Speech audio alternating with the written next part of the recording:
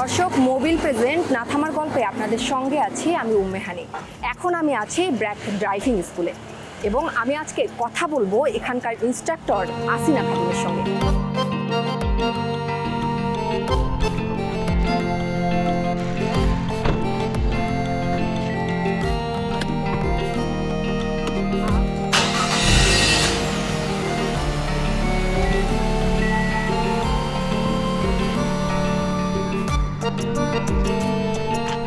আপনার হাত ধরে তো অনেকেই এখান থেকে প্রশিক্ষণ নিচ্ছে ড্রাইভিংয়ের, তো আপনার হাতে খড়িটা আসলে কিভাবে হলো?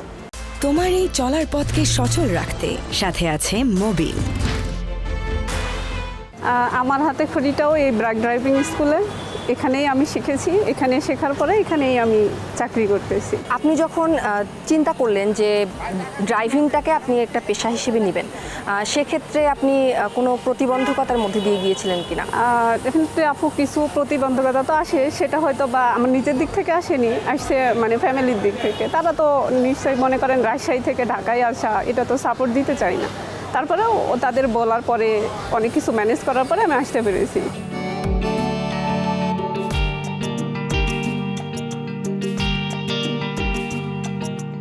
এই যে ড্রাইভিং করবেন, এইটাকে আপনার পরিবার কিভাবে গ্রহণ করেছিল? প্রশিক্ষণ দিতে আসার কথা বলছিলাম, তখন তারা অবশ্যই ওটা মেনে নেয়নি যে একটা মেয়ে ঢাকায় যাবে, গাড়ি চালানো শিখবে, এটা তো ঠিক না। তো ওরা অনেকে মানে না করছে, কিন্তু আমি ছোটোবেলা থেকে আসলে এরকম কাজ রিলেটেড আমার খুব পছন্দ।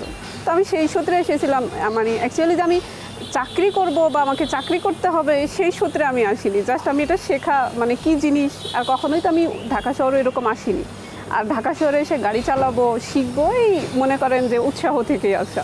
আপনি যখন আপু ড্রাইভিং সিটে বসে রাস্তায় বের হন, তখন কি কোনো ঝামেলার মধ্যে পড়েন? এগুলো ফেস করতে হয় প্রত্যেকদিন। একটা মেয়ে যখন রাস্তায় গাড়ি নিয়ে বের হয় তখন তাকে এগুলো ফেস করতেই হয়। এমন কোনো অভিজ্ঞতার কথা বলবেন যে আপনি গাড়ি নিয়ে রাস্তায় গিয়েছেন, কিন্তু মানে ইচ্ছাকৃতভাবে আপনাকে একটু ছোট দেখানোর চেষ্টা করছে? আমাদের যে গাড়িগুলো আমরা প্রশিক্ষণ দিই, এটার মেনটেন্যান্স নিজেদের করতে হয়। সো যখন আমি একটা পাম্পে গ্যাস নিতে গেছিলাম, তার ছোট্ট একটা অভিজ্ঞতা। তো আমি একদিন রেগুলারই যাই, পাম্পে গ্যাস নিতে গেছি। তো একটা পুরুষ, মানে অনেক পুরুষ মানুষই আসে, মহিলা ওখানে নেই, আসে না। তা একটা পুরুষ আসলো গাড়িটা নিয়ে এসে দেখছে যে একটা মহিলা দাঁড়িয়ে আছে, গ্যাস নিচ্ছে। তো ওনার কি হয়েছে আমি জানি না, চাবিটা ফেলাই দিছে, দিয়ে বলতেছে আমি আর ড্রাইভিং করব না, এখন থেকে মেয়ে মানুষই রাস্তায় বেরোইছে, মেয়ে মানুষই সব করবে, মেয়েরাই সব কিছু। এবার অনেক কথা বলতেছিল। সে আমাকে দেখার পরেই কথাগুলো বলতেছিল। কেন সে বলতেছিল, কোন পর্যায়ে বলতেছিল, এটা আমি জানি না, কিন্তু সে এভাবে বলে গাড়ির চাবি ফেলাই দিয়ে মনে করেন গ্যাস না নিয়ে সে চলে গেছে। কেন গেছে সে জানে। প্রশিক্ষণ দিচ্ছেন যাদেরকে, এখানে কিন্তু নারীরাও যেমন প্রশিক্ষণ নিচ্ছে, পুরুষরাও সেরকম প্রশিক্ষণ নিচ্ছে। আপনিও হয়তো পুরুষদেরকেও প্রশিক্ষণ দিয়েছেন। তো এরকম ক্ষেত্রে কি কোনো অভিজ্ঞতা হয়েছে যে তারা মানে পুরুষদের ক্ষেত্রে যে মানে আপনি যখন প্রশিক্ষণের জন্য দাঁড়াচ্ছেন তখন তারা বলছে যে নারী আমাকে প্রশিক্ষণ দিবে? একটা আপু তার বাবাকে মানে শ্বশুরকে নিয়ে ভর্তি করাতে আসছে। তো আমাদের জিজ্ঞেস করে যে আপনি কাকে চয়েস করতেছেন, মেয়েকে না ছেলেকে? তো উনি বলতেছিল যে মেয়ে মানুষ পারে না, আসলে মেয়ে মানুষকে মানে দেওয়া ঠিক হবে না, মেয়ে মানুষ কিছু পারে না। তো এরকম মানে প্রায়ই শুনতে হয়, কিন্তু যখন তারা কাজের ক্ষেত্রে আসে তখন বুঝে যে আসলে মেয়ে মানুষই পারে। এই যে মেয়েদের ড্রাইভিংয়ের সাথে যুক্ত হওয়াটা, এটা আসলে সম্ভাবনাটা কতটুকু বাংলাদেশের জন্য? বাংলাদেশে যেমন প্রতিবন্ধকতা আছে, তেমন ভালো জিনিসও আছে। আসুক, আসবে না কেন? ভালো পরিবেশ পেলে, ভালো জায়গা পেলে, ভালো জায়গায় কাজ করবে। কাজ তো কোনো লজ্জার বিষয় নয় আপু।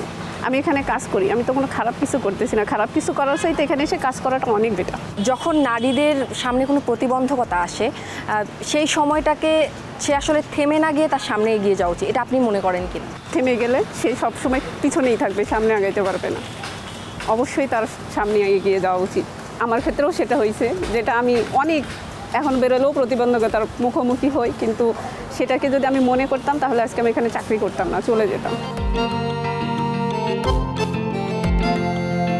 আপনি যখন ড্রাইভিং সিটে বসেন, এটা আপনার কতটুকু স্বাধীনতার স্বাদ দেয়? যখন আমি ড্রাইভিং সিটে বসি তখন সত্যি আমার অনেক স্বাধীন লাগে। স্বাধীন লাগার কারণ হলো এত বড় একটা জিনিস আমি নিজে কন্ট্রোল করতেছি, নিজেকে নিয়ন্ত্রণ করতেছি, প্লাস আশেপাশে যা কিছু আছে সব কিছুকে আমি নিয়ন্ত্রণ করি। তাহলে তো আমার অবশ্যই স্বাধীনতা লাগে, আর আমার অনেক অনেক প্রাউড লাগে। এই যে নারীরা ড্রাইভিং করতে পারে না, বা করতে পারবে না, এই যে একটা আমাদের সমাজের পুরুষতান্ত্রিক একটা চিন্তা, এটা থেকে আসলে আমাদের বের হয়ে আসার উপায়টা আসলে কি? উপায়টা হলো আপু, ওইভাবে আমাদের বসে থাকা যাবে না। তারা বলবে যে আমরা পারি না, আমাদের পারতে হলে বেরোইতে হবে আর কাজটাকে করতে হবে। আমার কাছে মনে হয় আমরা করে দেখালে সেটাকে তারা বলতে পারতো না যে আপনি হলো পারেন না, পারবেন না। এই পারেন না, পারবেন না কথা রাস্তায় গেলে আপনি অনেক শুনবেন, কিন্তু সে তাই বলে যে আপনি ঘরে বসে থাকবেন, ঘরে বসে থাকলে আপনি সেটা কখনোই করতে পারবেন না। আপনি বের হন, করেন। আমাকে বলি, আমি এখনও বেরোলে লেগুনালো আমাকে বলে যে এই মহিলা মানুষ পারে না, কেন আসছি? তা আমি তাই বলে যদি আমি এখানে বসে থাকতাম বা আমি না শিখাইতাম বা আমি না করতাম, তাহলে তো আমি পারতাম না। তো আমাদের আসতে হবে, করতে হবে, তবেই আমরা সামনে ওনাদের কথার উত্তর দিতে পারবো যে মেয়েরা পারে না, অবশ্যই মেয়েরা পারে।